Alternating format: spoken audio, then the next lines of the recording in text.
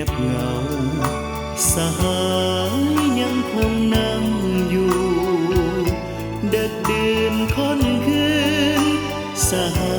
ยยังเคียงข้างเฮายามเฮาเจ็บเป็นยามเฮาห้องค้างสหายมีหน้าดูแลเหมือนได้มีแม่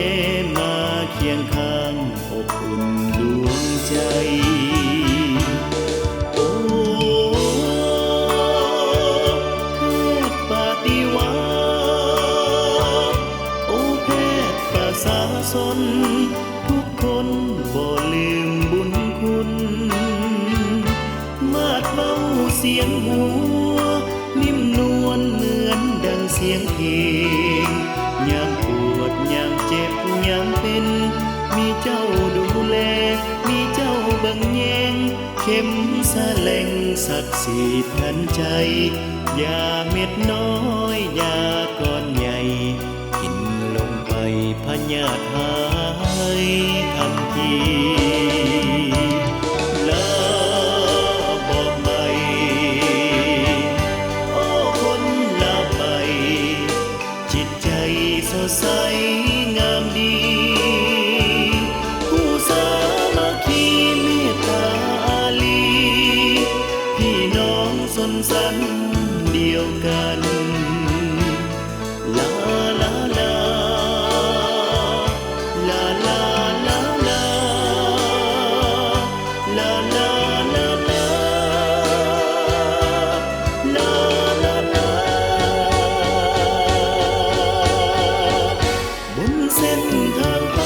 จะอยู่แห่งใดดวงใจบ่ลืมแพทย์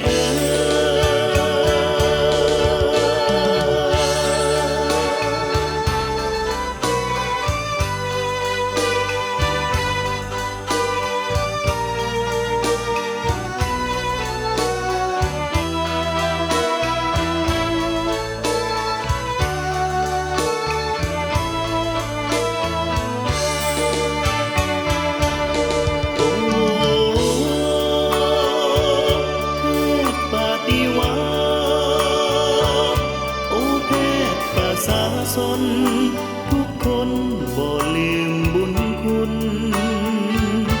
มาดเบาเสียงหัวนิ่มนวลเหมือนดังเสียงเพลงยามปวดยามเจ็บยามเป็นมีเจ้าดูแลมีเจ้าบังแยงเข็มแสลงศักดิ์สิทธิ์ทันใจยาเม็ดน้อยยาก้อนใหญ่กินลงไปพญาหายทันทีลาบอกไปโอ้คนลาไปจิตใจสดใสงามดีผู้สามัคคีเมตตาอารีพี่น้องสนสันเดียวกัน